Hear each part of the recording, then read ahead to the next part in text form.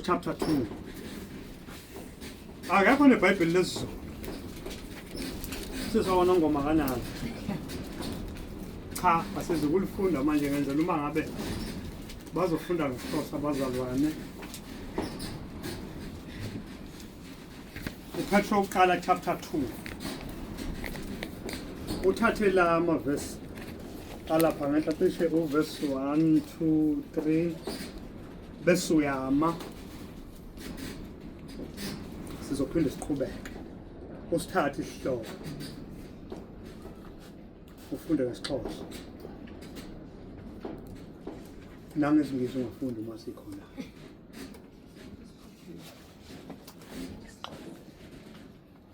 Ilitye eliphilayo nesizwe esinyoni. Verse 1. Ilitye eliphilayo bazalwane ubani? uJesu. Ilitye eliphilayo. Funda mfowethu. Ngoko ke yahlukanani nazo zonke ezi zinto. Uchuku, inkohliso, ukuzenzisa, nomona nako konke ukuphixanisa. Verse 2. Njengamakholwa asezinsizana langazelanani ubisi olungangcengwanga. Ndicela izwi likaThixo eliya kunikhulisa nide nisindiswe. Verse 3. Kaloku senibungxamle ububele benkosi njengoko nezibhalo zisitsho kakade. Laphana abazalwane sizofunda nje kahle incwadi kaPetro. Laphana abazalwane uma sihamba nawo sehla sizothola kunesizwe asincomayo uNkulunkulu laphana uPetro uthi nina nisizwe isizwe esingcwele. Manje ke labazalwane kulamavesi angenta ukhulunywa ngezinto okufanele sisuke kuzo kule mpilo ekade siyiphila. Khona impilo ade siyiphila sikwesinye isizwe kusho ukuthi amakhosi mabili noSathane unaso esakhe isizwe. Le mpilo ade siyiphila ngale manje ke kufanele ukuthi ke kukhala lapha kulamavesi ukuthi kufanele ke siyilahle le mpilo isale. uNkulunkulu anibusise. Amen. Awuyifunde ngesiZulu sisi. Ukulangazelela ubisi oluhle lwezwe. Uma sisuka siqala siphenduka siyalangazelela silangazelela kusho ukuthi izwi balifanisa nobisi. Umntwana uma elangazelela ubisi lento fanele siyilangazelele kanjalo. Amen. Amen. Ngakho lahlani ububi bonke nobuqili bonke nokuzenzisa nomhawu nokuhleba konke njengezingane ezisanda kuzalwa langazelelani ubisi olungokomoya olungenakonakala olunganokonakala ukuze nikhule ngalo kube ngukusindiswa. Uma seninambithile nezwa ukuthi inkosi imnene. Nikhule ngalo kube ukusindiswa izwi lenkosi. Ilona elikhulisa umuntu. Kodwa namhlanje uma ngabe abazalwane befundiswa ingceku zenkosi zibafundisa akhuluma izwi ekhulisa umoya ongcwele uthi wena akakasho umoya ongcwele usazobuza kumoya ongcwele kodwa kwashumayela umuntu waphenduka. Namhlanje usuthi uyokubuza kumoya ongcwele kunenkanyanyane la ngaphakathi ongayihlambula ukuthi mina ngifuna ukuzwa izwi lenkosi kunenkane ebeke uSathane ngaphakathi engafuni ngizuza ukuphila okuphakade. Inkosi yomusa nibuze kusuka kuyishwa nje lakho ngoba njalo nango ke usazomemezela indaba yomthanda usazomemezela ukuzela ukudla ihlambuluke lento ukuthi khona mina into ongaphakathi akafuni ngihlangane namandla kamoya ongcwele uSathane. Sisuka ngapha kulesi sizwe sasezweni sasemhlabeni siza kulesi sizwe isizwe esingcwele isizwe sikaNkulunkulu. Okufanele imisebenzi yangapha ingabe saphila iklinwe yizwi likaNkulunkulu. Inkosi yomusa nibusise. Amen. Ngokuba senihlambululekile imphefumulo yenu ngokulalela iqiniso nilalela iqiniso lini liyizwi lenkosi. Ayikho enye into engakusiza nento enganqoba uSathane. uSathane uJesu wamnqoba ngezwi bedibene lapha eqeda ukuzila 40 days fasting. Wafika wamhlasela uSathane kodwa uJesu wayemi ngezwi. Nkosi. Athi uyaqhamuka uSathane angithi uSathane wayewazi amavesi oqhamuka phezulu. Athi uyakhotha uSathane akhotha uJesu. Thothi linamandla likaJesu ngoba unomoya ongcwele. Alibe namandla iconnection kamoya ongcwele uma ingekho. ayizi kuba khona uma ungalaleli ungathobi umuntu uyazalwa akhuliswa abe umntwana la evangelini fanele nizalwe kabusha nikhulu uma kuthiwa uzalwe kabusha kuya ngokuzalwa Nkosi yomusa inibusise Amen. sasithi kulezi yakhathi sithi uma sihamba nje athi umuntu uzalwa bani kumoya ubani baba wakho wokomoya sinobaba bokomoya okuzalayo ngezwi uma ekufundisa izwi ubuza kuye ekukhulisa uyingane yakhe impela noma kuthiwa usuhola impesheni kodwa nje ungakanani yena kodwa manje mnikeze pay attention ngayo yonke indlela nenhlonipho ngayo yonke indlela uzothokoza umoya ongcwele ezulwini akuvuze wena Nkosi yomusa inibusise amen ake singeneke kule ndaba ebengiyifuna abazalwane angazi noma kuleyo ncwadi khona lihloko lapha ku verse 4 uJesu besikhulumela ukuthi njobe yitshe nje ulidwala wakhuluma ngakho lapha kuphela funda ngane kwethu esiXhoseni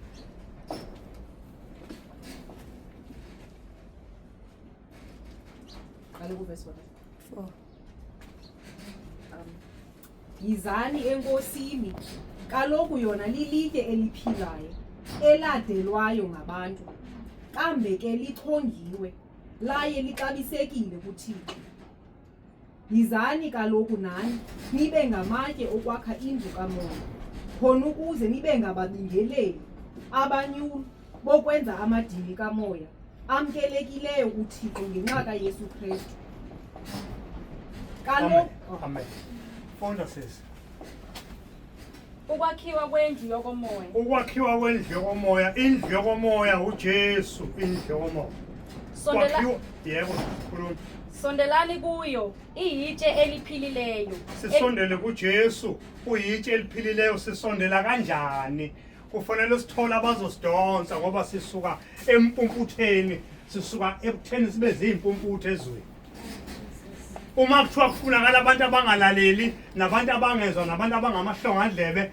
kwakuyithi ezweni kodwa lapha sizofundisa ukuthi sisondele kule ndlu yokomoya eyitshe eliphilileyo ezosenza nathi sibe amatshe aphilayo funda ngani Iyitshe eliphilileyo elinqatshwe ngabantu kepha kuNkulunkulu likhethekile liyigugu. Nakhiwe njengamatshe aphilileyo. Nibe yindlu yokomoya, ubupristi obungcwele. Ninikele ngemihlatshelo yokomoya eyamukelekayo kuNkulunkulu ngayo uJesu Kristu.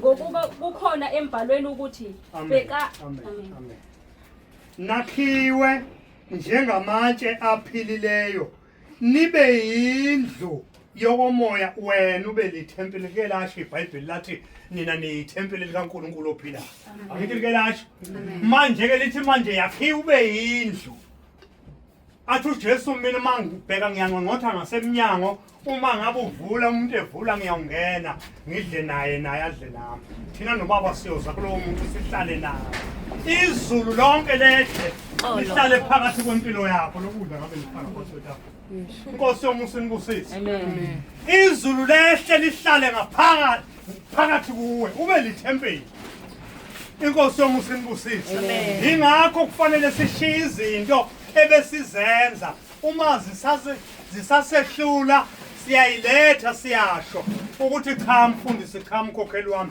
mina u1 no2 usangihlula ukhona wafakaza lapha efakaza ngezinto abezenze ebusheni bakhe inyama uyondli amadimoni afuna kondliwa inyama uma ikhula uyancipha umoya lithi izwi lenkosi engamcima umoya ongcwele enabekwa ngawo uphawu manje usathane njalo ufuna ukwesula uphawu lungabikho kuze noma kufika ingilosi zizokhetha abakhethiwe amagumba amane omhlaba uma kuhlutha ibandla uphawu zingaliboni ngalibonakala Nkosi yomusa inibusise Amen. khuluma ngerapture mina ebhalwe la ezweni hayi abantu hayi leshuwa abantu hayi le enama date khuluma ngerapture kaJesu engena date la Nkosi yomusa inibusise ngeke ngayifakaza lento ngimi bekuyisonto lokugcina kuzobe zi23 ngokulandelayo ngathi ngisekapa ngathi niyomane ningishiye niyongishiya ibandla uma ukuthi uJesu usejikile wakhuluma izinto ezingekho ezweni uthi uNomary akasiyi umuntu kuba akhuluma phinda ayiphikise kodwa lento ifica abazalwane abangahlali kuJesu njengoba sisho abangahlali ezweni njengoba sisho hlala ezweni ungezokwedukiswa funda ngane yakwethu thathela u9 kahle hle thatha u9 sehlele abafundi bamlele verse 9 kambe ke nina niluhlanga olukhethekileyo ababingeleli basebhodwe isizwe esinyulu imilowo yakwaThixo uThixo unikhethele ukuze nivakalise isidima nesihongo sakhe kaloku wanibiza nisebumnyameni wanizisa ekukhanyeni okumangalisayo amen amen lithathe nawe sisi kepha nina niluhlanga olukhethiweyo lisho nini abazalwane niluhlanga olukhethiweyo nikhethiwe niyisizwe isizwe nesizwe sinamasiko aso kusho ukuthi amasiko akwambhela azosala uma sengithi ngemukela uJesu ngoba sengithatha isinqumo sokuya kwesinye isizwe Amen. isizwe singcwele isizwe siphila ubungcwele isizwe singenamagqubu isizwe singamzondo umakhelwane isizwe esihamba njengoba kushizwe ke sayikhuluma indaba yofuza izolo ukuthi ungasho kanjani ukuthi umntwana kaNkulunkulu uma umntwana kaNkulunkulu ufuza yena nakho umfuzile uthi ubaba wakho kwenzakala amaphupha amabi afika ngokulala ungazihlambululanga kodwa khona amafoni uzuze uyithola sophupha kabi kodwa ifoni ikhona foni uphinde umhlambululo umsiphuzo umfundize nakho nasi isimo sinje nali iphupha amaphupha ahlanjulwa impela ngoba usathana uhlasela ngawo noma bekudlisa ebusuku bakudlisa ngawo besihlala kwaZulu sinemithi intombi besifa ebusuku kuzosisinothando lento kwadinga ukuthi siyihlambuluke sesikholwa ngisho wadlisa indoda funeke uyihlambuluke lento uthandazele ukuthi uNkulunkulu ashise lo yamuntu wawudlise ngawo le nto ukuze sithethelele kahle so nathi besidoma amantombazane kanjalo manje funeke siyihlambulule bese siyangena kwi-fasting inkosi shisa imithi nalawo madimoni amcontrolayo funda mfowethu kepha nina niluhlanga olukhethiweyo ubupristi obobukhosi isizwe esingcwele lapha ke kunekhoma kuthiwa isizwe singcwele isizwe sonke sinamasiko aso amabhunu amaXhosa amaZulu abeSuthu wonke umuntu unosiko lwakhe isizwe nesizwe sinamasiko nasekukholweni kunamasiko akho osemusembusisi Amen. sorry amasiko ala endlini uma uwalahla sizokhotha kancane indaba kaAhabi uAhabi lenkosi yakwaIsrayeli wagana uJezebel umuntu omubi umuntu ongalunganga umuntu wakwaMoabi umuntu okhonza izithixo kwadinga ukuthi uAhabi ungwakwaIsrayeli batshona bakaNkulunkulu yashintsha impilo kaAhabi akekho umuntu wabambi njengaye emakhosini kwaIsrayeli nangaphambili lisho njalo iBhayibheli Nkosi yomusa imbusisi Amen. manje akukho okuhlangana okuhlanganisa umuntu okholwayo nongakholwa awukwazi intombi yasevangelini uphuma evangelini ibuya khona ihambe ezweni ithi ngifuna umkhwenyana ezweni Nkosi yomusa imbusisi ukuwa Sathane usebambe ngezandla ukushumayeza wavuka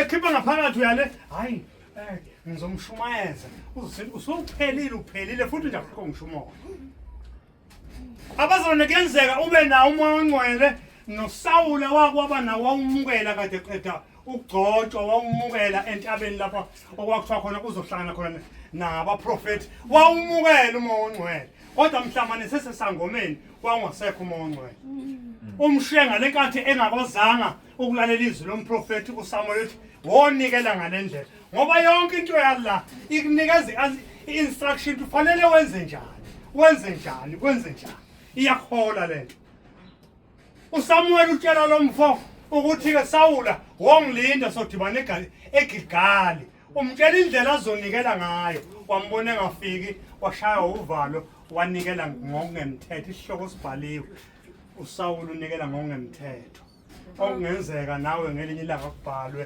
usibanibani uvusa impela uthandaza ngokungemthetho phambi kaNkulunkulu ngoba uthandaza enesono asifihlileyo phakathi kwakhe. uNkulunkulu angibusise. Amen. Kuyenzeka isono sibe khona singembule kuwe kodwa sembule komunye umzalwane. Athi mayeza umzalwane ungalwi naye. Khona abantu abalwayo. Bafuna njalo mama manje athi ngembuleke ngemuhle ngigqoke ingubo ezimhlophe. Uma ethi nje umuntu ngubone ogqoke ingoma zobungoma. Ayikufanele ngemzondo. Baningi abazizondile ngalokho. Akufanele usho njalo kufanele ukhulume kahle.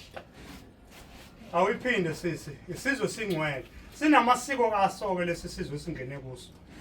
Yazi ukuthi ungene kuphi. Sinemhlatshelo yokomoya. Fasting, mhlatshelo yokomoya. Sigcina amasabatha khona elinye lamasabatha le fasting. Inhlambuluko yiyo enye yamasabatha. Amadili okomoya. Amukelekayo kuNkulunkulu. Senza wona manje sizama ukutuba inyama. Athi uPaula siyayituba lenyama ukuze ingenze kuthandayo.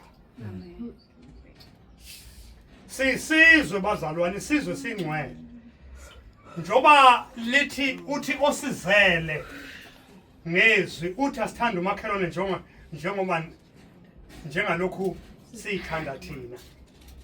Nakho ukuwikho emthandazweni usuyathakatheka ngoba awuthakatheki uma unomongo ngephelele kuwo.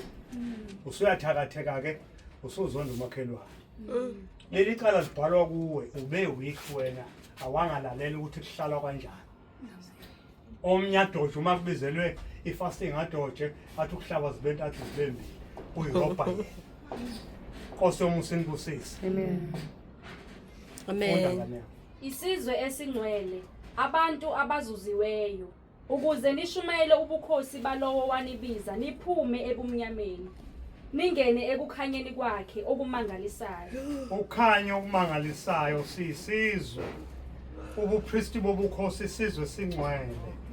Abantu abazuzile bazuzwa kabuhlungu kwadinga ukuthi uNkulunkulu axebele inyama yakhe ayidedele yehle izohlushwa emhlabeni. Abafarisi bayibone ngathi bangcono kakhulu kunayo baze bagcina bayibulala. Lachitheka igazi likaJesu lachithekela mahala wena usasayida nenyama yakho niyafeyivana. Inyama uma ithi ifuna lokho uyayinika. Uma uyondla inyama uma utshala inyama uyovuna inyama lisho njalo iBhayibheli. iBhayibheli izwi lenkosi lenza ukuthi nabasizayo besishumayeza besifundisa benza ukuthi siphume enyameni sibe kumoya. Kuyasetshenzwa kulitho fanyana kuyasetshenzwa khona. Kuyasetshenzwa. Ngoba manje uma uyirobha uyisigebengu wena sendlela yakho uzigebenga wena. Uzawuyibona into nje ukuthi udomo kanjani. Uzilimaza wena nenkanoko zigcina sezingaphezulu. Umoya usucimile uwo zenzayo. Uwe wonke owenza lokho. Uma kuthiwa kwenziwa inkonzo zokomoya la awungeni wena lapho uyadoja. Uma kumenyezelwa nje umkhuleko noma ngabe yini uma uzwile enhlizweni ayi angemukelanga lento ivele nje uyihlambuluko ngaso leso sikhathi ingaphili kuwe ngaphakathi. Funda sesexhoseni.